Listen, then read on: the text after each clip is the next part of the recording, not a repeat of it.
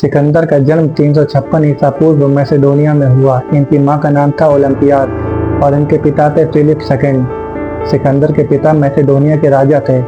सिकंदर बचपन से ही बहुत बहादुर थे, इसलिए सिकंदर के पिता ने सिकंदर को शिक्षा हासिल करने के लिए उस समय के सबसे बड़े विद्वान अरस्तु के पास भेजा।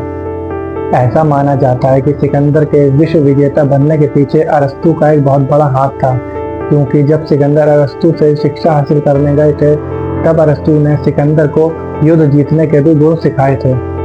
जब सिकंदर की उम्र 20 साल की थी तब उनके पिता फिलिप की हत्या हो जाती है और ऐसे में कई लोग खुद को फिलिप का उत्तराधिकारी बताकर राजा बनने की कोशिश करते हैं और ऐसे में सिकंदर साम्राज्य को बचाने के लिए कई लोगों की हत्या कर देते हैं और मात्र 20 साल की उम्र में वो वहाँ के राजा बन जाते हैं। और इसके बाद सिकंदर ने 12 साल तक शासन किया।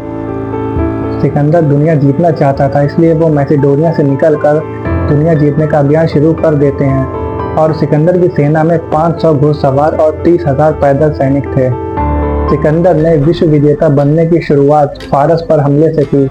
फारस की सेना उस समय की सबसे बड़ी सेना मानी जाती थी। ये जंग पश्चिमी तुर्की में लड़ा गया और इस जंग में सिकंदर ने 20,000 फारसी घुड़सवारों को हराया और ये सिकंदर की सबसे पहली बड़ी जीत थी। इसके बाद सिकंदर का सामना 333 ईसा पूर्व में डेरियस थर्ड से हुआ। डेरियस के पास 2.5 मिलियन की सेना थी। इसके बावजूद भी सिकंदर ने 18 महीने में फारसियों का सफाया कर दिया। इसके बाद सिकंदर अपनी सेना को लेकर दक्षिण की ओर चल दिया। उसने सीरिया, लेबनान और इजराइल की ओर रुख किया। 332 ईसा पूर्व में सिकंदर ने मिस्र में प्रवेश किया और वहां के गवर्नर ने बिना लड़ाई सिकंदर के आगे हथियार डाल दिए।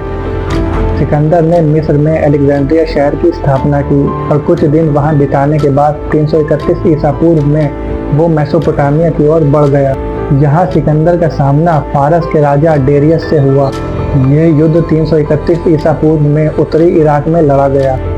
एक लंबी जंग के बाद 330 ईसा पूर्व में सिकंदर की सेना ने फारस की सेना को हरा दिया। 330 ईसा पूर्व में सिकंदर ने पैलेस ऑफ जस्टिस को जला दिया और इससे ये साबित हो गया कि पूरे फारस में सिकंदर का साम्राज्य कायम हो गया।